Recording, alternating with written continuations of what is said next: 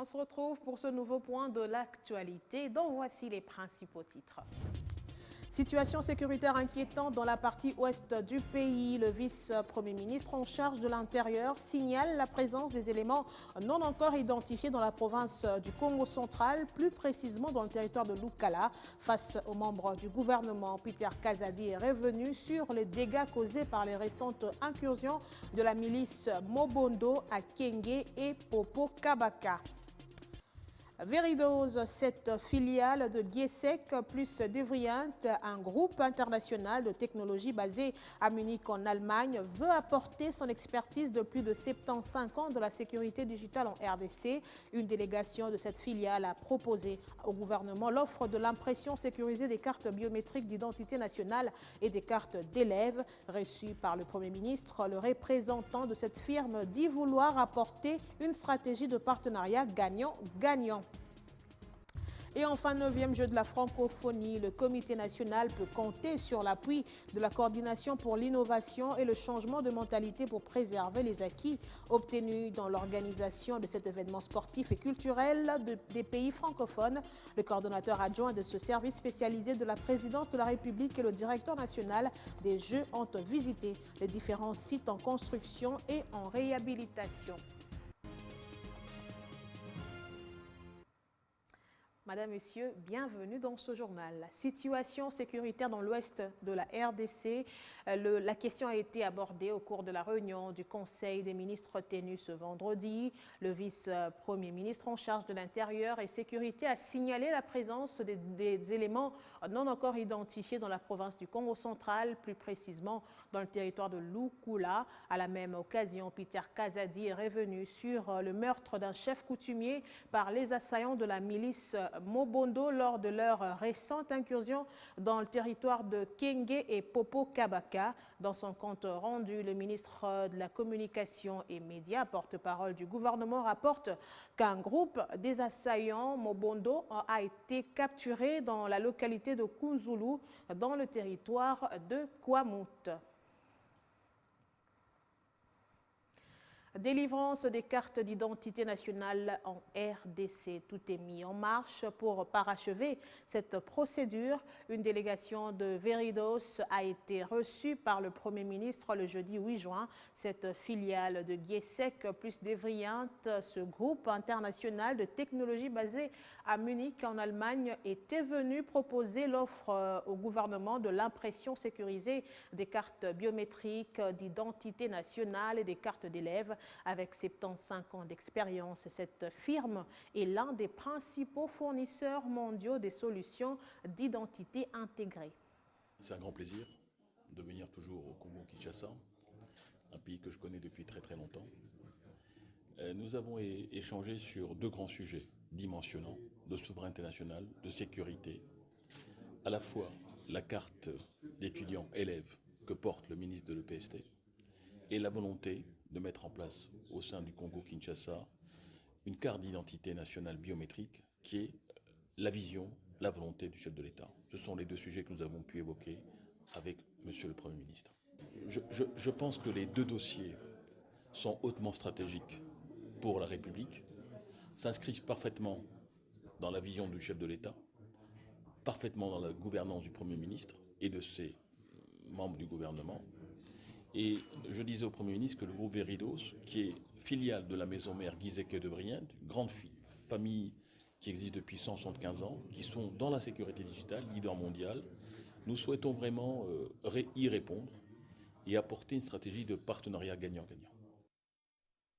Gestion des conflits et gouvernance publique. Ce thème était au centre de la première session de l'Académie régionale de la paix et de la bonne gouvernance tenue à Goma, une rencontre organisée par Paul Institute en faveur des autorités territoriales nouvellement nommées par le chef de l'État et qui sont en attente dans la période exceptionnelle de l'état de siège. Le détail dans ce reportage de notre correspondant dans la région, Patrick Sielois. Ces animateurs de la territoriale, nouvellement nommés par le chef de l'État et qui attendent leur installation, ainsi que d'autres cadres de base, ont été 5 jours durant à l'école de la première session de l'Académie de la paix et de la bonne gouvernance organisé par Paul Institute. Objectif, préparer ces responsables des ETD à la gestion de la chose publique, déclare le professeur Fidias Milemba, directeur de capacitation de Paul Institute. Il s'agit d'une invention de Paul Institute qui consiste à compléter la formation de ceux qui sont chargés d'animer les entités territoriales de la République démocratique du Congo. L'objectif consiste à capaciter les animateurs de la territoriale à mettre à leur disposition un portefeuille cognitif, mais aussi une boîte à outils dans le domaine de gestion des conflits et de la gouvernance publique. Ils sont nouvellement nommés et nous devons le préparer à prendre les choses en main, mais avec qualité. Pour les participants, cette rencontre vient apporter un plus sur ce qui les attend. C'était juste une préparation vu que d'ici là nous serons en fonction dans nos entités et ça ne serait à rien qu'on puisse y aller sans toutefois avoir des éléments de base. Et ils nous ont formés dans la bonne gouvernance, dans la gestion des conflits et dans la gestion financière. Vu que nous aurons à gérer des entités, même si c'est déconcentré, mais nous avons également des entités décentralisées, entre autres des communes rurales, des chefferies et des secteurs qui vont générer des recettes et nous devons toujours avoir des idées par rapport à sa gestion. Maître David Kamoua, conseiller spécial du gouverneur militaire en charge des infrastructures et facilitateur au cours de cette rencontre, pense que l'éducation financière est indispensable pour les gestionnaires des entités territoriales. Il n'y a pas de développement possible si les entités territoriales sont dirigées par des animateurs sans éducation financière. Mais également, j'ai insisté sur le fait que les animateurs des entités territoriales décentralisées doivent connaître les fondamentaux de la gestion des finances publiques en termes d'abord de principes budgétaires, mais également en termes des normes de gestion et de la recette, mais également de la dépense. Soulignons que les participants à cette première session de l'Académie régionale étaient issus de tous les 6 territoires et 3 grandes villes du Nord Kivu. Lancement de la récolte du maïs dans la ferme de la société Terra à plus ou moins 90 km de Lubumbashi dans le Haut-Katanga. C'est le ministre national de l'Agriculture qui a procédé à cette opération mercredi dernier. Au moins 14 000 tonnes de maïs sont attendues sur le 2000 hectares cultivés. Aussitôt arrivé dans l'après-midi du mercredi 7 juin à Lubumbashi, Maître José Mpanda s'est directement rendu à la ferme de la société Terra située à plus ou moins 90 km de la route de Kasenga dans le village Lubanda. Ici, après accueil, il a procédé sans tarder au lancement de l'opération de la récolte. Dans cette concession, 2000 hectares de maïs sont à récolter. Selon les estimations de Mme Gracia Kabanga, chargée du développement du business de Terra, l'on attend un rendement de 7 tonnes par hectare, soit 14 000 tonnes à récolter. C'est une satisfaction pour Maître Mpanda, ébloui par cette mécanisation. Mais sinon, moi j'encourage, vous êtes vraiment dans la mécanisation d'agriculture, c'est ça l'évolution, c'est ce que j'ai vu et ce que vous faites, vous êtes éligible. Pour la saison A qui s'annonce au mois de septembre, la ferme Terra qui dispose de 10 000 hectares envisage exploiter 3 000 hectares pour produire prochainement 21 tonnes de maïs. Les travaux de dessouchage sont déjà entrepris et avancent bien. Seulement, Mme Gracia Kabanga se plaint de l'environnement fiscal et parafiscal qui asphyxie leur activité. Elle sollicite le plaidoyer du ministre José Mpanda, plaidoyer que ce dernier a promis aux responsables de la société Terra auprès du gouvernement. Le ministre de l'Agriculture a été amené ensuite à visiter la minoterie African Mailing à Lubumbashi.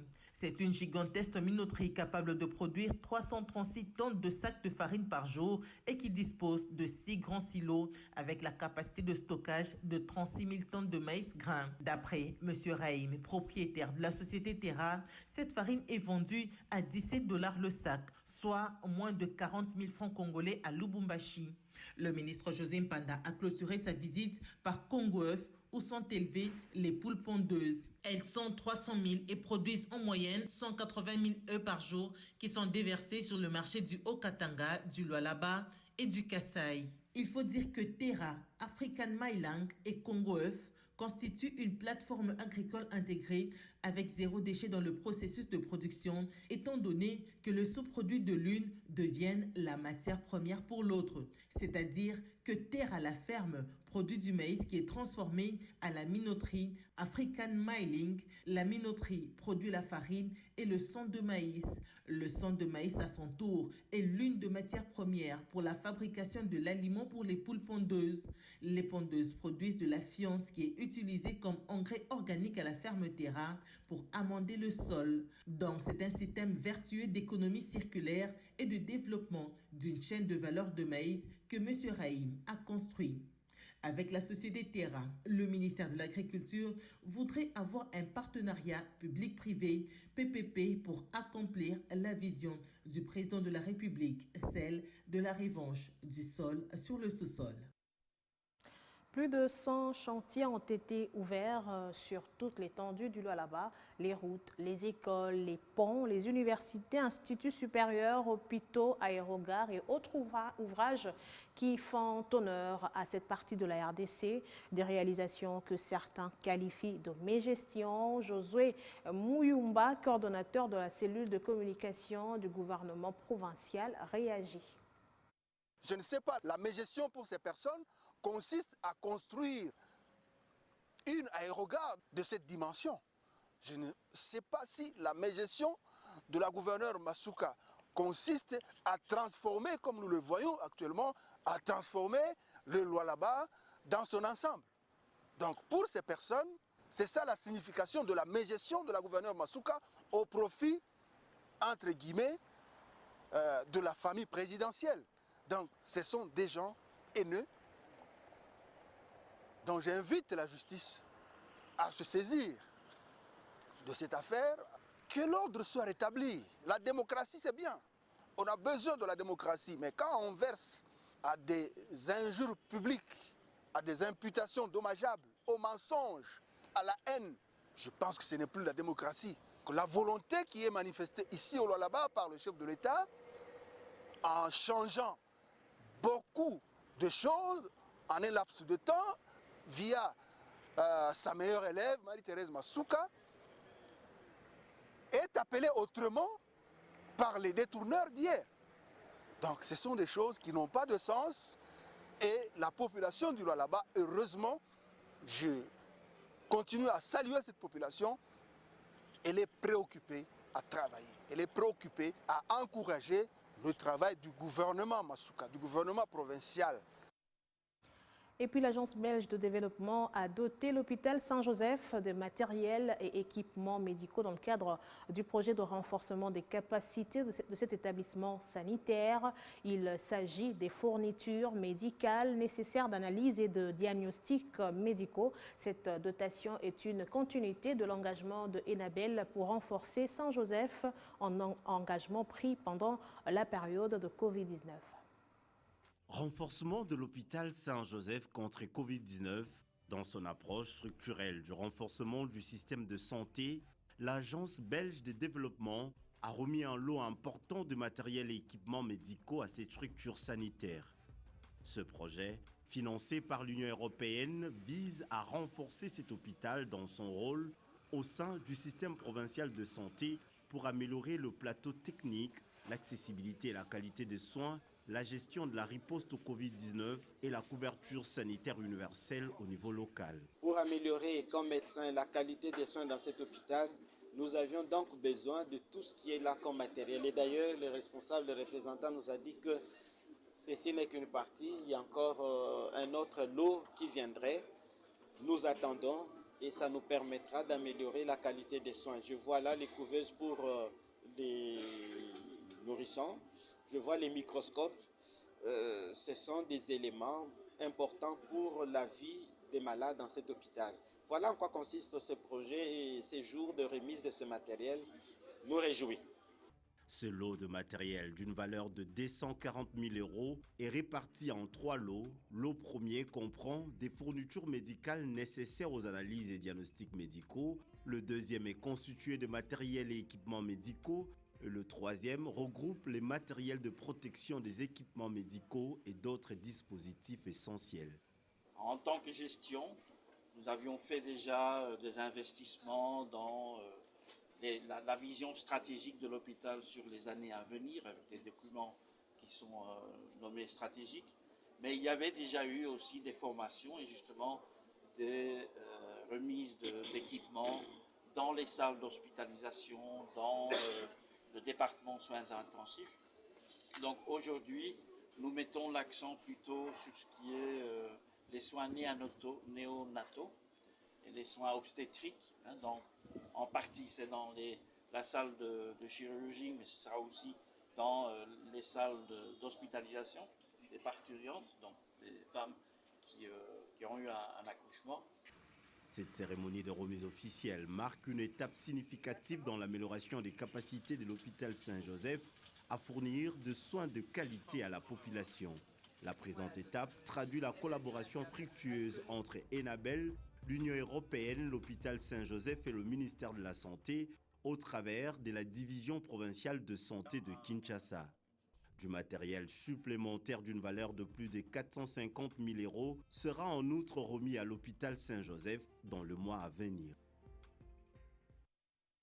L'appropriation par les mères des pratiques alimentaires favorables à la croissance de l'enfant, c'est l'objectif que poursuit le programme national de nutrition à travers la vulgarisation de 21 recettes de compléments après l'allaitement maternel ainsi que les micronutriments en poudre riches en sels minéraux. Les prestataires de santé de la commune de Boumbu ont été outillés par l'équipe de Pronanut et l'UNICEF pour la sensibilisation auprès des ménages de cette municipalité. Nutritionnistes, infirmiers et animateurs communautaires, tous ces prestataires de soins de la zone de santé des Boumbu assimilent avec une attention soutenue la composition et bienfaits de 21 recettes améliorées et micronutriments en poudre en vue de s'imprégner de la vision du gouvernement via le programme national de nutrition avec l'appui de l'UNICEF qui, à travers ces aliments, vise l'amélioration de la santé de l'enfant de 6 à 23 mois. Ça nous aide pour que l'enfant puisse avoir une bonne croissance. L'enfant, chaque jour, elle doit manger à 4 fois.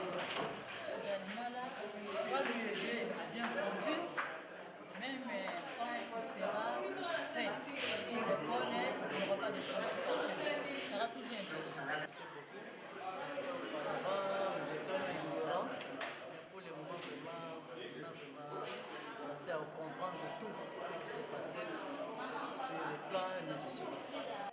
Après échange, ces professionnels de santé s'engagent à ne ménager aucun effort pour sensibiliser les mamans du Boumbu à ces 21 recettes et les micronutriments en poudre dont plusieurs ingrédients sont de leur usage quotidien, comme les légumes et les poissons.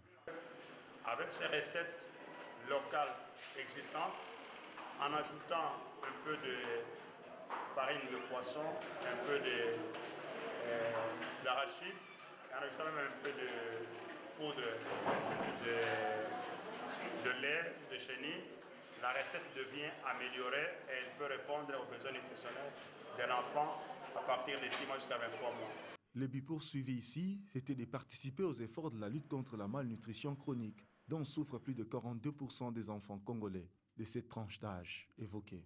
On va maintenant aller vulgariser le message dans tous les niveaux, particulièrement dans nos consultations préscolaires, là où nous trouvons les enfants de 6 à 23 mois, aussi dans nos CAC qui sont dans la communauté, et leur montrer l'importance de diversifier, de varier l'alimentation des enfants de 6 à 23 mois pour que nos enfants ne tombent pas dans la malnutrition aiguë chronique. Ils sont désormais prêts pour le début d'une série de 15 démonstrations culinaires dans les aires de santé et dans quelques quartiers de Boumbu. Et puis lancement à Mbujimaï de la session de rattrapage d'identification biométrique des agents de l'administration publique. Cette opération vise à résoudre les dysfonctionnements en rapport avec certains agents de l'État non encore identifiés lors de la première phase. Le vice-premier ministre, ministre en charge de la fonction publique, a en outre sensibilisé ses administrés sur le bon déroulement de cette opération. La session de rattrapage de l'identification biométrique a été lancée en Mbuji-Mayi le jeudi 8 juin 2023 par le vice-premier ministre, ministre de la fonction publique Jean-Pierre Liaou, en présence du gouverneur et des députés nationaux élus du Kasaï oriental. Je voudrais, au nom du Premier ministre, vous remettre votre carte. Soucieux de résoudre tout dysfonctionnement en rapport avec les cas des fonctionnaires non identifiés à la première vague, le vice-premier ministre, ministre de la fonction publique, a procédé par une séance pédagogique pour élaguer tout malentendu afin qu'aucun fonctionnaire en droit d'être identifié ne puisse injustement être écarté du fichier. Nous devons être une administration exemplaire, c'est ce que veut le président de la République. Une administration normale, qui fonctionne selon les règles, avec des cadres organiques bien connus. Séance tenante, les orientations ont été données et des solutions trouvées pour rendre fluide cette opération. Nous avons mis en place un mécanisme pour que la plupart de ces raisons soient vidées. J'ai demandé à ce que le service de l'identification au niveau de la DBDR soit souple et j'ai moi-même indiqué quelles sont les mesures de souplesse qui doivent être observées pour que nous puissions identifier le plus d'agents possible. Et nous avons donné aussi un chronogramme qui commence au niveau des territoires très rapidement, des jours, avant de rechuter ici à Mbuji-Mayi où ils vont passer 15 jours. Vulgarisant sur la branche des risques professionnels et actions sociales et sanitaires, le directeur général de la SENSAP a été invité à prendre parole pour les détails de cette innovation. Heureux d'assister à l'effectivité de la session de rattrapage, les fonctionnaires ont témoigné leur gratitude. Ils sont venus nous sauver. C'était difficile qu'on puisse faire des recours, des papiers, ça traîne. Et voilà que lui-même a décidé pour venir résoudre ces cas chez nous ici au Kasaï oriental. Nous sommes très contents parce que le VPN a montré qu'il écoute beaucoup plus qu'il entend et il agit plus qu'il fait. Cette session de rattrapage va se poursuivre dans d'autres provinces pour rendre justice à tous les fonctionnaires en droit d'être identifiés. À Istanbul, capitale économique de la République turque, le gouverneur de la Lomami a signé un protocole de collaboration préliminaire avec l'entreprise turque Pyrotechnologie. Cette entreprise a une expertise dans la construction des infrastructures routières, immobilières et en énergie. Le gouvernement provincial de Lomami et l'entreprise turque Pyrotechnologie ont signé mardi 5 juin 2023 à Istanbul, capitale économique de la République turque, un protocole de collaboration préliminaire qui vise à disponibiliser des fonds pour la réalisation de projets multisectoriels d'urgence et à long terme dans le secteur des infrastructures routières, immobilières, énergétiques, agricoles et bien d'autres. La signature de ces documents est intervenue après plusieurs séances de travail au cours desquelles les potentialités de la province de Lomami dans tous les secteurs ont été présentées aux investisseurs turcs par le gouverneur de province Nata Ilunga Numbi, qu'accompagnait le ministre provincial de Mines, Trésor Tchouban Ilunga.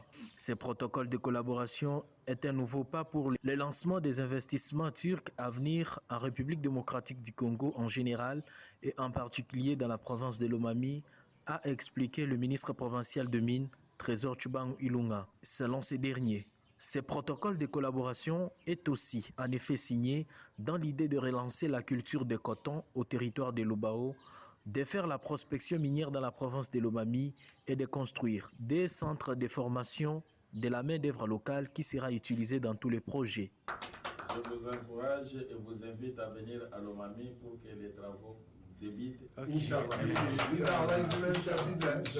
En prélude de la descente de ces investisseurs à Lomami, le ministre provincial de Mines, Trésor Tchouban Ilunga, est lui resté afin de procéder à l'élaboration du chronogramme des activités au regard des engagements pris par la province. Demeurant dans la logique de son mentor, le président de la République Félix-Antoine Tshisekedi Tshilombo, qui il y a 2 ans avait signé un protocole d'accord avec son homologue turc, le gouverneur Nata Ilunga Numbi reste déterminé à actionner sa stratégie de développement et écrire autrement l'histoire d'une entité où le peuple était visiblement fatigué des discours. Quand le sens du secours s'opère, le malheur des uns fait le bonheur des autres. C'était le cas sur la place Sakombi à Kinshasa. L'incendie déclaré dans les causes ont été diversement énoncés, aura fait une belle part aux badauds venus a priori au secours. La situation est redevenue calme, mais les victimes sont restées ampleur. Globalement, la vie a repris son cours à l'arrêt Sakombi après le feu récemment déclaré. Si pour les riverains et les commerçants, cet incendie est désormais dans les oubliettes, les victimes des dégâts collatéraux pleurent encore la perte des biens matériels ainsi que de l'argent, œuvre des badauds venus à première vue au secours alors qu'ils cachaient d'autres visées. Les victimes ont refusé de s'exposer à nos caméras. C'est la voisine directe, témoin de l'événement, qui explique. Nous avons perdu de l'argent et d'autres objets. Cela fait vraiment mal. Heureusement pour mon frère, Dieu lui est venu en aide. Qu'est-ce qui s'était réellement passé? De prime abord, on parle de feu provoqué par le reste d'une tige de cigarette allumée, jetée au sol, un sol imbibé de carburant que déverse, sans le vouloir, le Kadhafi de ce coin lors de la vente de ce carburant de récupération. Le matin, nous avons vu une dame qui vend le beignet près du magasin des Indiens. Un fumeur venu acheter de l'essence a jeté les mégots qui restent. Un fumeur venu acheter de l'essence a jeté les mégots qui restaient. La vendeuse a pris 5 litres de l'essence pour retirer 1 litre. C'est alors que ça s'est renversé sur le reste de la cigarette et a pris feu. Elle a encore injecté de l'huile sur le feu et s'est éparpillée jusqu'au magasin. Et le feu est favorisé par le matière plastique et autres.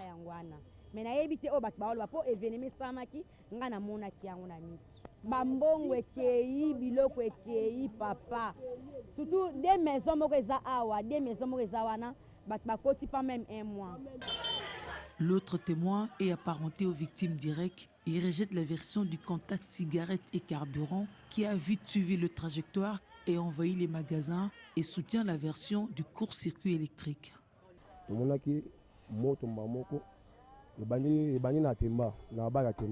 Le feu a commencé au bar de Temba. Nous avons tenté de l'éteindre. Le propriétaire de la boutique, qui est mon grand frère, n'était pas là. Nous avons commencé à asperger de l'eau à la première boutique. Ça n'a pas marché. Et du sable non plus. C'est alors que la première boutique et les 2 dernières ont pris un grand feu. Ça venait du bar de Temba. C'est là-bas que j'ai appris que le câble du courant avait fait un court-circuit. En tout cas, nous n'avons rien récupéré. Quant au ragot autour de la vendeuse de beignets, c'est fabriqué de toutes pièces. C'est ça le kino. Conscient du danger à quoi il s'expose et expose les autres, des Kadhafi expliquent les précautions prises au quotidien. Je suis très prudent tout en exerçant cette activité. J'évite les contacts avec le feu. Je garde jalousement le carburant pour éviter les accidents autour de moi. Là où les Kadhafi exercent son activité, il est pratiquement impossible pour les vendeuses de beignets, de thé et de gargotes d'exercer leur activité, parce que l'essence peut déclencher un feu à tout moment. Le Kadhafi devait exercer son activité dans un endroit propre à lui. Dans l'un ou l'autre cas, l'incendie a provoqué des fuites, des déplacements et surtout l'hospitalisation sans évoquer des pertes matérielles. Le commerce de Kadhafi, autant que l'exposition aux câbles électriques dénudés, convergent vers l'incendie. Et parlons de 9e jeu de la francophonie. Avant de se quitter, la coordination pour l'innovation et le changement de mentalité accompagnera désormais le comité national des 9e Jeux de la francophonie pour préserver les acquis obtenus dans l'organisation de cet événement sportif et culturel des pays francophones. Le coordonnateur adjoint du service spécialisé de la présidence de la République, Jacques Chilombo, et le directeur national des Jeux, Isidore Kwanja, ont visité jeudi les différents sites en construction et en réhabilitation. Elle va désormais accompagner les comités nationaux de 9e Jeux de la francophonie pour préserver les acquis obtenus dans l'organisation de cet événement. Il s'agit bien de la coordination pour l'innovation et les changements des mentalités. Le coordonnateur adjoint de ces services spécialisés du cabinet du président de la République, Jacques Chilombo, a accompagné les directeurs du comité national des Jeux pour une visite des sites en construction et en réhabilitation. Toutes les réalisations de haute facture telles que j'ai vu méritent une attention particulière. Et là, nous venons comme changement de mentalité, voir avec toute la coordination de ces Jeux, de la francophonie, comment mettre sur pied un programme de sensibilisation à la fois au patriotisme responsable dans la gestion du patrimoine commun qu'on a et que les Jeux vont nous léguer bientôt. Et donc nous voulions voir dans quelle perspective sensibiliser le premier citoyen jusqu'au tout dernier à prendre ces ouvrages au sérieux. Du stade de Martyrs et Tata Raphaël, en passant par la place échangeur de Limété, les deux personnalités ont visité tous les ouvrages en construction et en réhabilitation dans le cadre des Jeux de la francophonie. Selon les coordonnateurs adjoints de la CICM, il y a une vision à vulgariser pour amener la population à s'approprier et protéger ces édifices. Il y a toute une vision qu'il faudrait vulgariser et amener la population à s'en approprier. Ça, c'est d'une part. Et d'autre part, mettre sur pied un mécanisme de gestion responsable dans une gouvernance de transparence qui va aider à penser aux générations qui viendront après. Ce ne sont pas des ouvrages qu'on devrait abîmer déjà le lendemain. Il y a tout part du projet de la nation pour les générations à venir. Mettre les gens qu'il faut à la place qu'il faut pour gérer ces histoires-là jusqu'à la fin. Le directeur national des Jeux, qui tient à la réussite de ces 9e Jeux de la francophonie, mais aussi à la bonne gestion de toutes ces infrastructures, a pour sa part souligné l'importance de préserver ces acquis qui profiteront à la jeunesse après les rendez-vous du 28 juillet au 6 août de cette année. Créée par ordonnance numéro 19/067 du 25 juillet 2019, la CICM est un service spécialisé au sein du cabinet du président de la République. Elle a pour mission d'assurer la prévention, la sensibilisation, la lutte contre toutes sortes d'antivaleurs. Ça sera tout pour ce journal. Madame, Monsieur, merci de l'avoir suivi. Restez avec nous pour la suite de nos programmes. On se retrouve demain, même heure, même chaîne, avec le même plaisir, Inch'Allah.